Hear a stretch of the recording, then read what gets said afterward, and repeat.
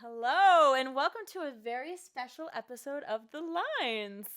This is our third episode that we call Drawing the Lines, and it's special because we have a guest with us, Alexander Tackie. Hello. Hello. It's a pleasure to be here. Yeah, we're really excited to have you. And I really love your set.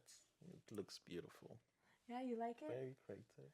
Yeah, it's had a couple of spills. You know, it's come up, it's gone down, it's come up, it's gone down. We accidentally had a cord problem. We were missing a cord, so we had to tear this down and find and search for a cord once. Oh. But it's okay. It's Yeah, fine. it still looks amazing. Yeah, Thanks, guys, for having me. It's totally our pleasure. Yeah, why don't you introduce yourself maybe first? Because we've been talking about ourselves a lot here, and you already know us, so there's I nothing. can imagine what you guys have been saying. Yes, so my name is Alexander Tackie. I'm from Ghana, and I'm a filmmaker, a master's student in human geography, basically. Okay, cool. And so before you became a master's student here, you say you're a filmmaker. You still are a filmmaker. I've made a film with you. Okay, yes. But you also have a lot of professional experience making films, like basically all over the world, kind of. Yes, Okay. fortunately. Interesting. Yeah. No. Which you is go. one of the most surprising things. The first time I saw Alex's movie, I didn't know it was his movie, and then Ev was next to me, and we weren't really that close with friends, but Ev was next to me. Did you know he made that? I'm like, what? What are we talking about? And that was insane quality, that kind of thing. And we're in a student environment. You don't No. expect people to pull out professional stuff. No, totally. And actually, so we had a class that was about film geography, and then also documentary making. And I mean, I know that you know that there's a difference between the quality that we produced versus the quality that you've worked on. And so, what was that experience like for you? You know, comparing what you have your experience making versus coming into class and learning about, concepts and things. I think it was really interesting. It became like an intersection between stuff that you've learned on your own, more of, because my career was more of a self-taught approach where you find out or you discover the interest that you have, you go online, you study it, you look at other filmmakers, and then you sort of apply it. So there wasn't really like a structured academic system or syllabus to follow. And then now you had to come to the classroom and, sort of follow that regiment. But then it was good to, sort of see it in the eyes of other students. That's how I started seeing it because not to brag, but then most of the stuff I already knew it. But then it was also a new learning curve, seeing it through the eyes of my fellow students who were also, now starting to learn. And also I had the opportunity to, lend my skills and my ideas towards them for them to also, put that into practice. So Maybe that's an interesting place we can start. It's not on the script, but I'm interested in the Alexander Tackie origin story. So you said a lot of the stuff you've done is self-learned. So how did you end up here? Tell us the story. I don't know. Yeah. yes. Legend Okay. in the making. Come on. So yes, in bachelor's, I think it started in uni, bachelor's, where I was studying geography and then tourism. So we started traveling, taking trips across the country in Ghana. We started going across regions, and we loved photography. We always loved to capture moments.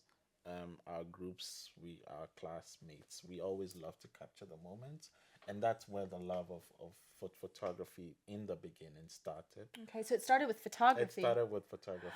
Oh, okay. It started with first love is always photography. Most filmmakers, their first love is mostly photography.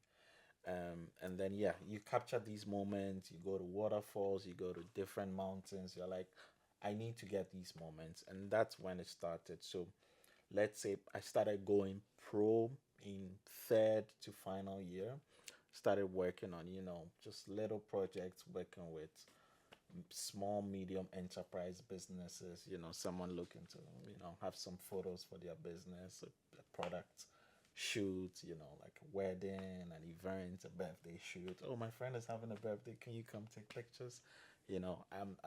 My birthday is coming up. I want to do a pre-wedding photo shoot. Can you take my pre-wedding? My my birthday is coming. pre-birthday, sorry, my pre-birthday, it became like, a trending thing. Instagram was like popping up in right. the True. 2010. So that was when like the photography took off. So by final year, I had already gone pro, Mm-hmm. and I had to do like a national service. I don't know if how it's Oh. called. Like you have to serve your country, not like in a military way, but then so you can work in any agency. Typically, you're supposed to do teaching. You're supposed to maybe for those who in the medical field, they're supposed to work in a hospital or something. But I worked in a digital agency for my service.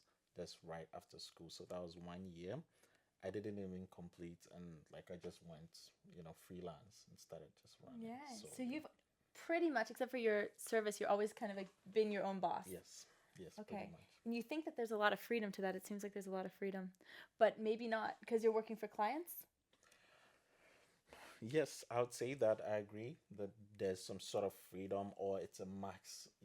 It's sort of masked in some sense that you look at it as freedom, but then it's probably not freedom because one of my friends would say you think you are escaping the 9 to 5, but you end up probably working 24/7 because now there's no constraint that it's 5 p.m. I need to stop working because as a creative that you're working for yourself, maybe you can go into the hours of the night still Right. working, so Yeah.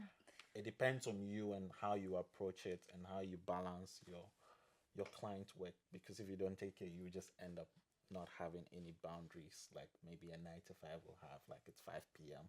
I'm done for the day, Mhm. so Yeah, I've heard this take before about like when people debate the pros and cons of working from home. Because, like, Mm. yeah, you don't have to go anywhere, and that means that you can stay later and things like that. People sometimes demand more of you. But at the same time, I see what you mean by like getting into it because right now I'm working on a website that Artlitgeo.com. we should check it probably out. have already seen. But this website, I definitely do work on it Dude, over it's time. 2 a.m. I'm like, Nina, what are you doing? And then Nina's like, well, what are you doing? You see that I'm working at 2 a.m. Exactly. And it's like, ah. But Yeah. this is also different, I think, because in this case, we're not being paid.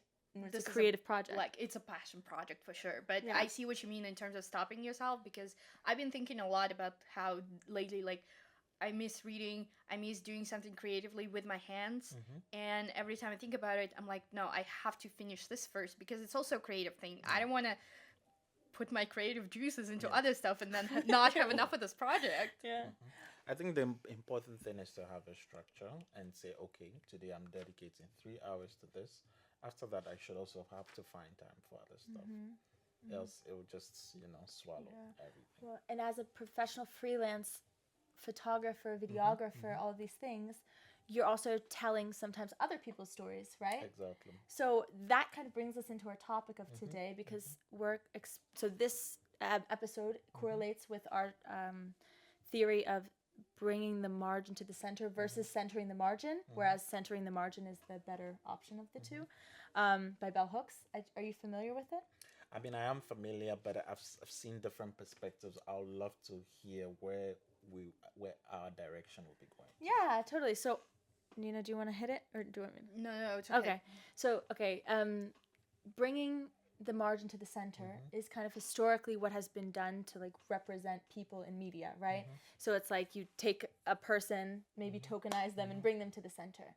But when you're centering the margin, that means that you're looking kind of at all different angles and perspectives of ways you can see things, so not just the stereotypical way that the media portrays X, Y, Z, but also you're looking at other approaches and you're centering other forms of knowledge and stuff, and yeah. So as I started talking about your work, like in our work, for example, we get to center ourselves, so we're telling our own stories, and then in your work, maybe sometimes you're telling other people's stories, and that maybe is complicated. Has it ever contradicted to what stories you wanted to tell, or what you saw as your truth, or? Okay, that's an interesting perspective. Would this be from a client's perspective, or it'll be from, because there's the aspect of me going on my own creative endeavors, Yeah, and then there's the aspect of the client, this is what we want you to do. exactly. And so how much time did you get to go on your own creative endeavors versus do what the client wants you to do? And how much did the client, you doing what the client wants you to do is what you want to do versus sometimes maybe you're like, oh, maybe that's not the story I want to tell. Okay. This is what I would say. I would say the more you go deeper into doing what the client wants, the lesser you'll be able to find time to do your own creative endeavors. Because with time, if you're doing your own creative endeavors and you're putting them out, people will start to know you for that. So now you have your own voice and style. So if clients are coming to you, they're like, we come to you because this is what we know you for. Yeah. But then also there's the aspect of creatives who just go with what the clients say. They still have client work, but then they are more skewed towards what the client wants. But then like the creatives who have their own voices, they always tend to come out on top. But then it's not Ooh. easy to be striving towards your own voice, because let's say whilst you're on the come up, you have to pay your bills. You Yeah. know, so there are a lot of creatives who in the end, let's say when they get to the mid range, growing up, they lose their voice because maybe they didn't get the opportunity to follow their creative endeavors a lot, and they had to focus a lot on client work. But then there are some people, and then let's say, given how talented they are, some people just have to do one project, and like that's it. It just Totally. changes Crazy. everything, Crazy. Yeah, so that's where I see Okay. it from. Yeah, and your growth was definitely a step-by-step process, Yes, right? yes. But would you say that you kept your own voice through it all? I would say I kept my own voice. I would say it was a 50-50. It was a 50-50, and at some point, that's what I wanted to us to talk about. Aside being behind the camera, my friends were like, okay, now you need to start being in front of the camera. So Yeah. that's another thing of, being the voice at some point, because most creatives will love to hide behind the Yeah, camera. which is Alexander Tackie. Yeah, you just sat down and you were like, it's Oh. weird. I used to make travel vlogs, in 2021 through to 2022. I took like a trip for like 2 months, and I was just vlogging. I was like, let me just experiment Oh, this. Yeah. And yeah, I really enjoyed it. So what was that? Yeah, tell us about it more. Yeah. Where'd you go? When? Who? Where? Everything. Sorry. Okay, so I took a trip to South Africa, and then we took a road trip through to Mozambique, Zimbabwe, Botswana, and then we entered into Namibia. So we did 1, 2, 3, 4, 5 countries. Oof, Yes. that's so cool. Well, and so you were filming the whole time I was filming the whole time. from your perspective. From my perspective. Okay. Yes. And that was after you had a career for a lot of years working with clients. Yes. And how do you compare those experiences? It's interesting. Like from this one, it becomes from like a first person experience, and I think people can relate to it because it's like they are seeing the destination through your eyes, through your experience. It feels authentic. Mm-hmm. It feels much more authentic, and I think in the era we're in now, people are moving from like polished video, like big cameras, to like something very simple, and like what story are you really trying to tell? Yeah. It's not about like using $1 million to shoot like a commercial. Like just a simple 30-second TikTok video can make more impact. So it's really transformed the film and content creation industry. Yeah. Sure. I mean, TikToks, that's one of the things that I like about TikTok. Eva hates it, but This is like a theme. yeah, sorry. Anyways, but I love it about TikToks because TikTok really brought this authenticity closer. And it's like, first YouTube videos before when it was taken off, it was also very personal. It was very interesting. And then you get the promo, you want to make money, and it's different. And now things still happen like that in TikTok, but there's still people who just come and turn on the camera, say something dumb that they thought of, and it's so interesting and it's so fun. It's also sometimes very stupid. You can't really avoid that. But yeah, in this case, I would say that because you are a professional filmmaker, do you think it sometimes restricts you from giving things like as authentically, because you also think about like the visual stuff? I don't know. I think the thing with creative work is it's always undergoing a transformation. So one thing most creatives don't like is changes. We try to pretend, but once we get used to a style and we feel like we're best at it, if like there's an emerging field or like sector of the creative industry, they feel sort of threatened or like there's the reluctance to adapt or embrace it. So obviously the professionals will say, "Oh, that's not a proper beauty." But I always see creativity as something that is wide. It's not just something that you feel like this is my own and this is the best way of approaching it. Right. Everyone has their way of expressing themselves creatively. So if you feel that's your style, good. But then it's also good to also adapt, to learn new things, to be open to new ideas, new perspectives. Yeah. Yeah. Swim in the world. Yeah, absolutely. Circling back to new perspectives, since we talked about centering the margin, I was really curious about like the process of how you choose like the subjects of your documentaries, like the people that you choose to center. Is it just the people that you like? Is it more about you think that their stories are really something to bring forward, and how does that work? True. Okay. Yeah, because also you've approached me about this, like, also this untold stories thing. This is a great Yes. question. Yes. Thank you. Okay. So, given that we want to talk about that, I would like to pose a question to you guys. Um, in our media geography class, do you guys remember we spoke about, and I think Eva and I presented mapping, and Yeah. then we studied about like how maps, sort of gives a visual narrative of places, yes, of destinations, and then we learned that the maps sort of, um, it made the people in those various places sort of invisible or sort of ignored. Sure. They were not visible or were not shown or represented. Yeah. Can we apply the same thing to the tool of a camera? Absolutely.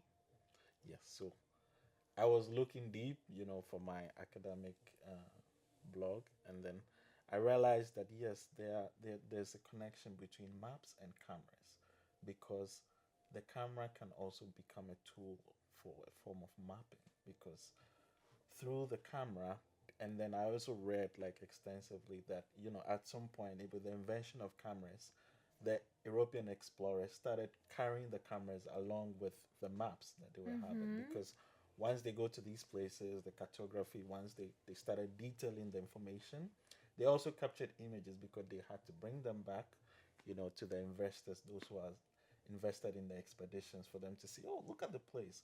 But then the important thing, and then we stated that in our presentation, is that they highlighted how empty those places were, vast those places were, and open to be Yeah. Exploited. exploited, or,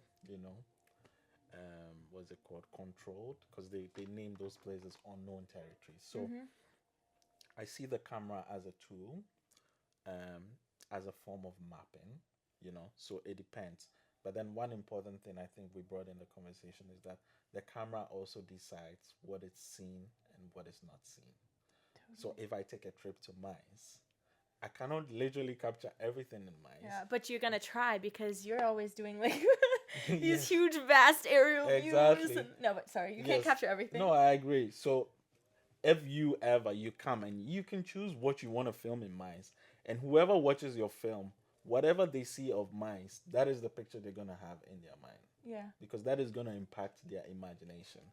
So if I came to mines and let's say I focused on, let's say, just bars, or let's say restaurants, or if I pay whatever I capture, whoever watches that film and maybe they don't have the chance to explore other kinds of content, that is the imagination that is going to be in their mind. So Totally.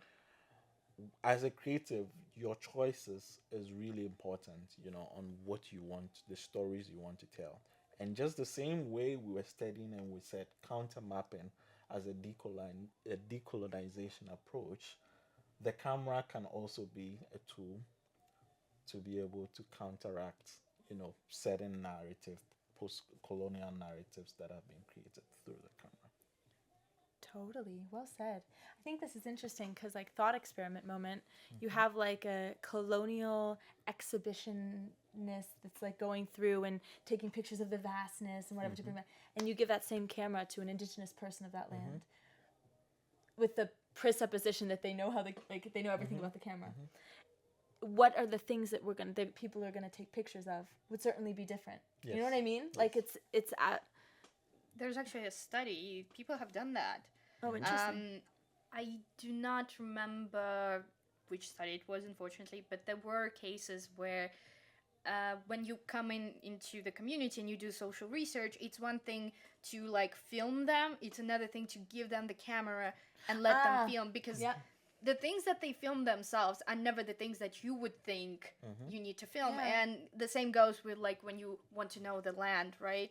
Because indigenous knowledge is closely tied to it in a way that you, like as a person from outside, cannot touch. And in that case, the places that they are going to show in the camera are going to be so special to them, and you'll understand why in connection to like their narrative, which is like different from going, I don't know, from Europe into like the woods of something and trying to, oh my God, everything is green. Yeah, totally. This kind of reminds me, I think it transitions well into a quote from Bell Hooks in her book, Art on My Mind, Visual Politics. And the quote is, it's talking, I think, more in a U.S. American context, but I think we can apply it also to maybe some movements you've been a part of. And it's that cameras gave to Black folks, irrespective of class, a means by which we being they, could participate fully in the production of images. And it's like, it's kind of this exact phenomenon. And Alex, I know from reading your blog post that you participated in, like, I guess in your travel films, this thing that's like that side of Africa media doesn't show you. And so I guess we can bring these concepts, obviously it's this is a post-colonial context, but when we're talking before it's colonial, but we bring this into the modern day. So Absolutely. now we circle to the question that we had back on to you, which is, how do you tell stories? Okay.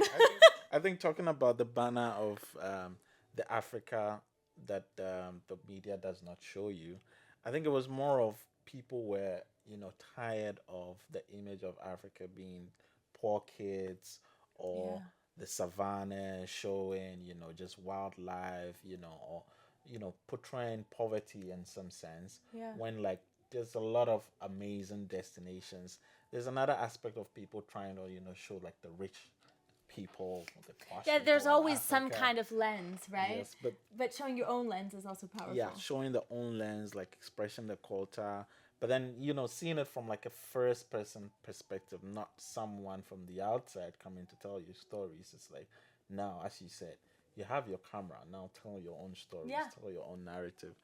And it's also important that like when it comes to like telling stories, like when you spend time like with people, like you just come from the outside and then you're coming to shoot, there's a difference between like you shooting that and then they winning your trust. So yes, there's the aspect of me still going to communities or places, but then it's like they have to win your trust in some sense, and for Or them you to have know, to win their trust. yeah, you have to win their trust. Yeah, okay, sorry. So yes, for them to be able to open up more, to tell them, but then also, as you said, giving them the avenue to tell their own stories, giving them the tools and the access, to be able to tell their own stories. So that is more of my approach. And then obviously, like in the mid 2010s, like the focus was on like showing amazing places in Africa, basically. Like dope destinations that, and then with the emergence of the internet, like people could access and see these places. Because first, let's say you had to have like a TV channel, and then once it airs, you don't have access to it anymore. But with online, once you post it, it's there forever. It's accessible to people. Something that you posted 10 years ago, someone can still access it now. So it sort of democratized access to media, and then it also improved access to media in terms of now people could create, and then people could also access the media. Totally. That's Nina and I's big takeaway of our whole project is about creating. True. So that aligns perfectly. Yeah. In terms of that, so I went to the summer school in Bucharest, Romania, and we did talk about film as a tool to do social research because it sort of gives you the things that the text just doesn't. Writing, unfortunately, for me, cannot do everything. So the thing was, we read this text by Susan Sontag. It's called On Photography, and first of all, it resonated so deeply with me in a way that it opened the kind of side of this conversation that I've never thought about, because as Bahouk says, like, it's a tool that you can use for your own liberation, but as Susan Sontag puts it, Also in 1977, so interesting that the text holds up still today. yeah, true. Sorry, but as soon, yeah. I wonder what her take would have been like on videos. But yeah, so I'm sorry, I'm trying to find the quote. I'm so lost. The photograph is a thin slice of space as well as time. In a world ruled by photographic images, all borders seem arbitrary. Anything can be separated, can be made discontinuous from anything else. All that is necessary is to frame the subject differently. So I guess my thing is, bring back to your example, right? If back in the day when they shot like 12 most popular top destinations in Africa, it also sort of fixes them in that framework. And for example, then, especially if we talk about the capitalistic system, the tourism, right?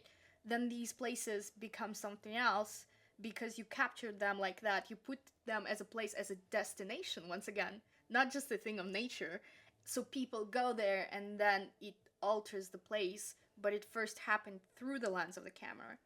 And so the other side that I wanted to talk about today is like the harm that you can cause by filming people, or not you specifically, it's an arbitrary you,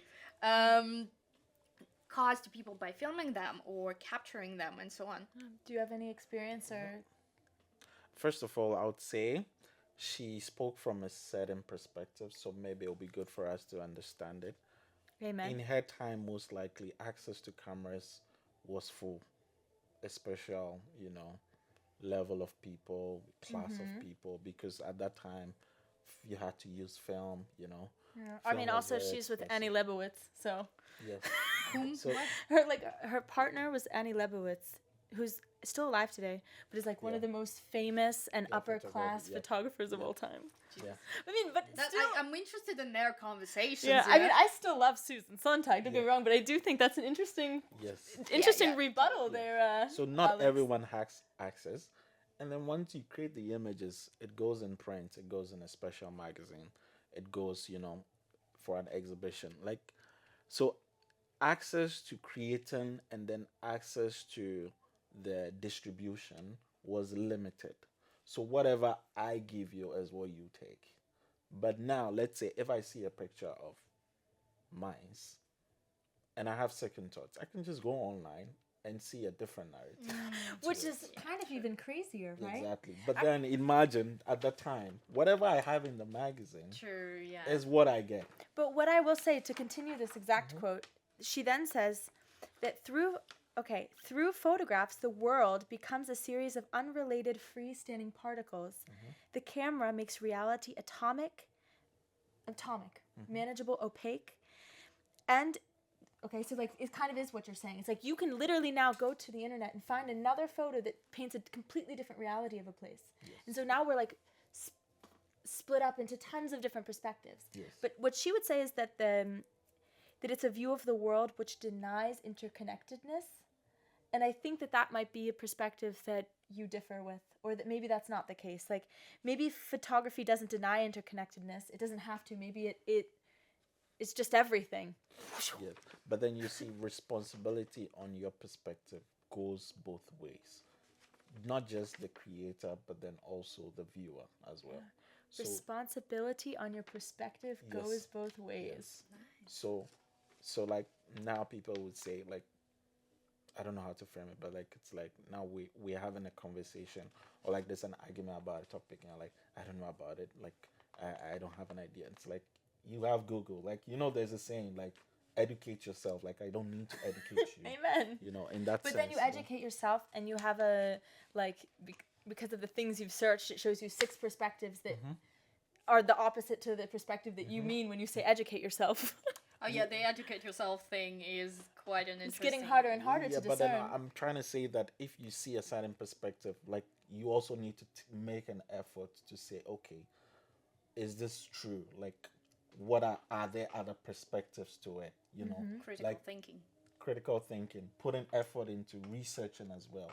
You know, because access to information, in as much as, yes, there are echo chambers, as you're explaining, that, okay, some people would prefer to see a certain narrative, you know, and they'll pay attention to it. There's also that aspect of also you to being open to, or taking the step to also see other perspectives as well.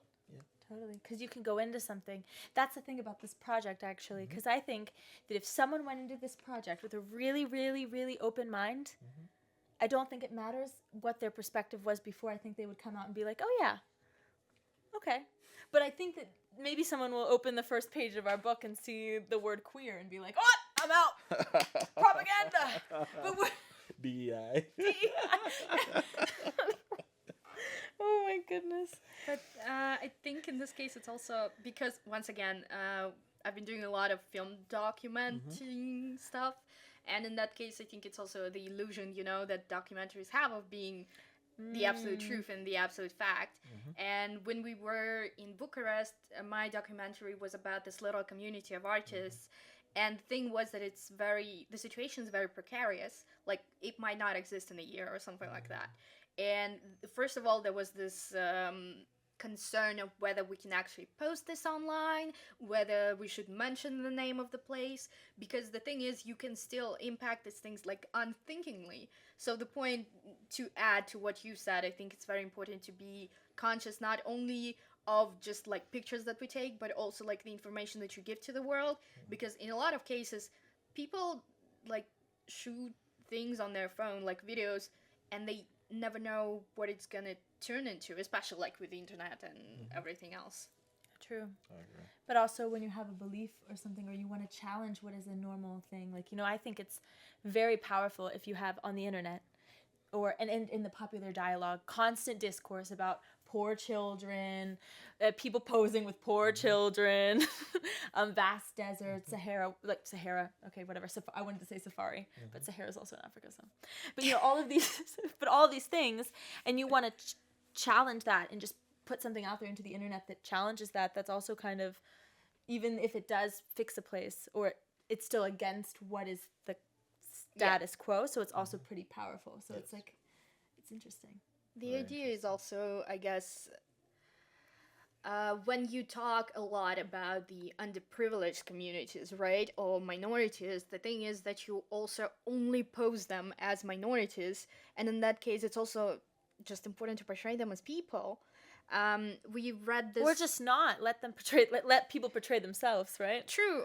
Once again, I read that article on NGOs, and the thing about NGOs and making, like, the people that they help visible is that they avoid political statements as much as possible. Why? Because you can see that people, like, asylum seekers, right, they can express their frustration with the government or something like that, a political opinion, and the thing is that the NGOs have to cut that out. And the thing is, yes, they're silencing asylum seekers, but the reality of the situation is that the funding can be pulled.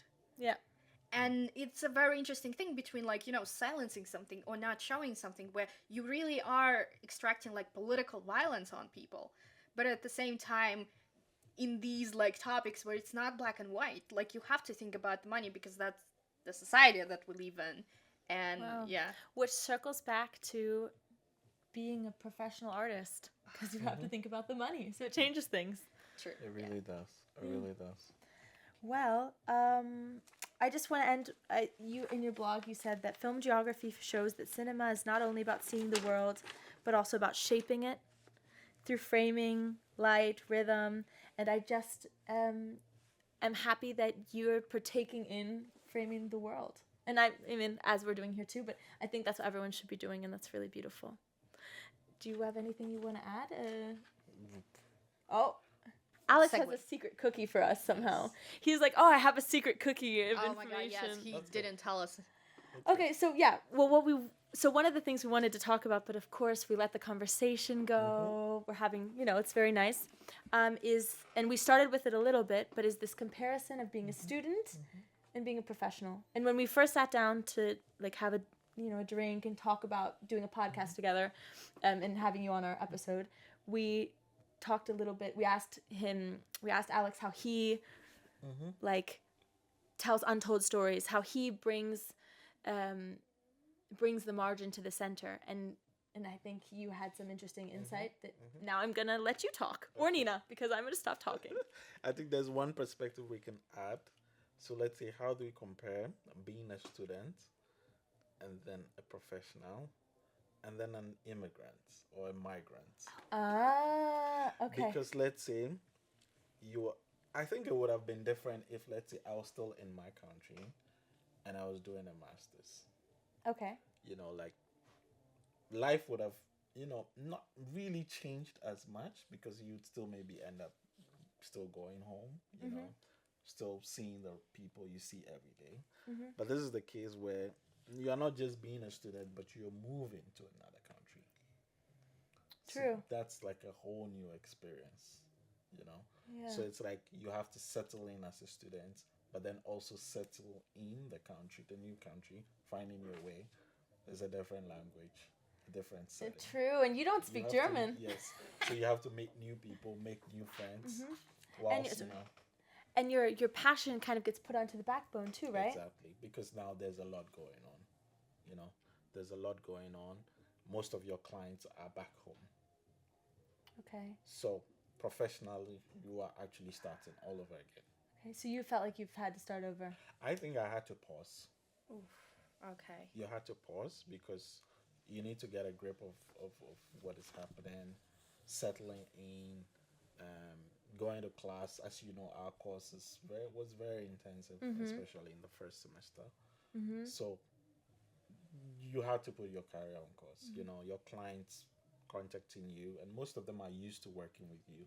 So like your partners now, you had to juggle and trying for your clients to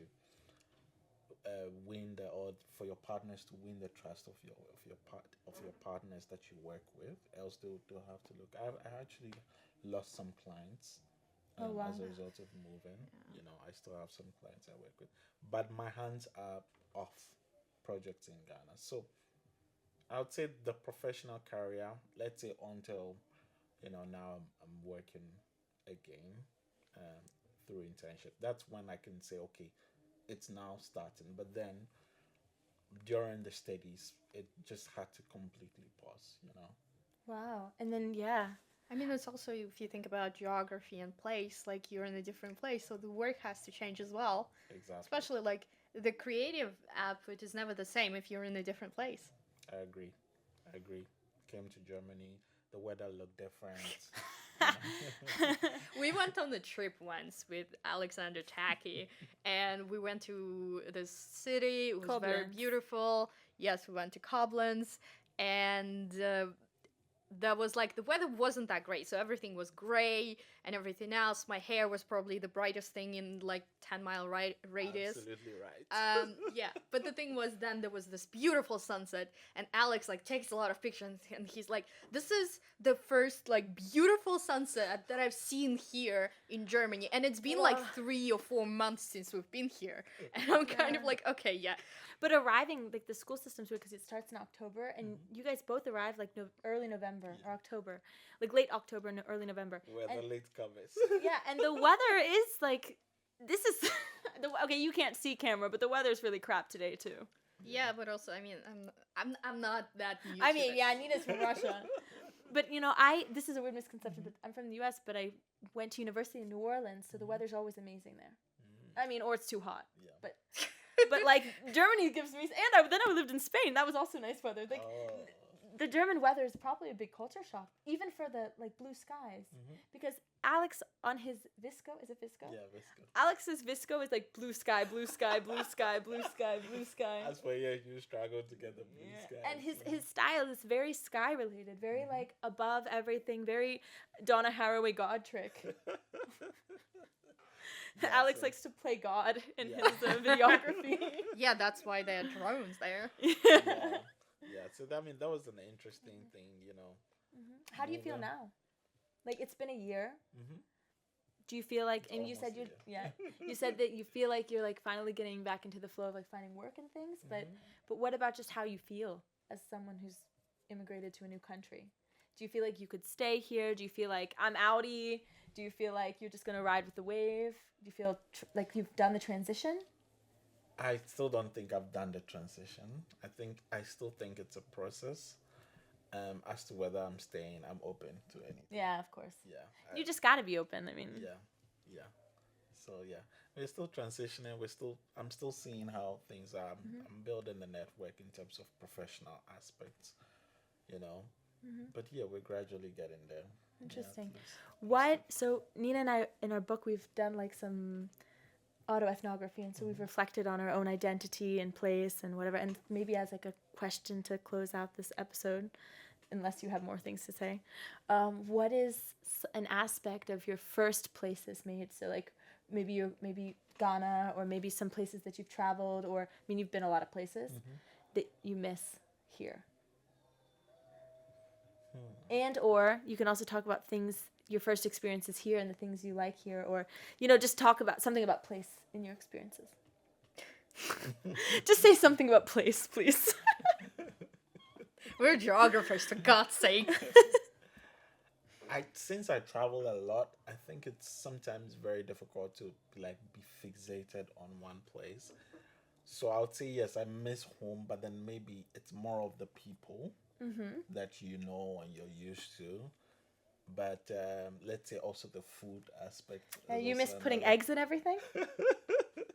I still put eggs in everything. Oh, okay. It's not that hard. For the camera who doesn't know, I used to live with a girl from Ghana, and she explained to me that it's like a joke in the West African community that Ghanaians are putting eggs in everything. And she literally put eggs in everything. So you said food, and it was a good guess that I would assume you put eggs in everything. At least that's the only thing I can use to console myself. Oh. There's eggs available, so yes. That's funny. Do you like make pasta and put eggs in it? Why not? No. Do you do that? I've seen Nina do that one time. I don't remember. Yeah, Nina. But that's not pasta. Those are noodles. That's a different thing. I would prefer like noodles. What's the difference? I don't know. But no, I don't put eggs in pasta. Okay, fair enough. But no, Nina does. It's noodles. But also, I don't see the problem with like the carbonara thing. Isn't that with eggs? Oh. But that's different. All right. Okay. Anyway, it's really been lovely. Yeah, thank you so much. Thank you guys too. I've not had the chance to, open up on a lot of things, so I think this was an avenue to. Oh my God, yes. Do you have anything else? Like, wait a second. Do you have anything else you want to share with us? It was a pleasure. Okay. Yeah, he's had enough of us. I look forward to, this podcast and seeing where it takes us. Yeah, it's really exciting. Well, this is our third episode.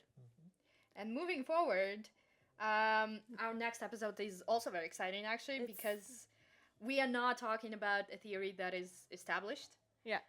It's more of a working type thing. Yeah, it's Nina's love child. Oh my God. Nina's academic love child. Jesus. Liminality of difference. But yeah, and the interesting thing about it is that it's also very much about our friendship and our collaboration.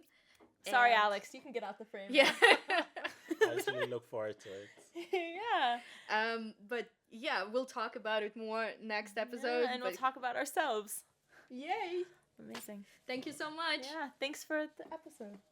Okay, bye.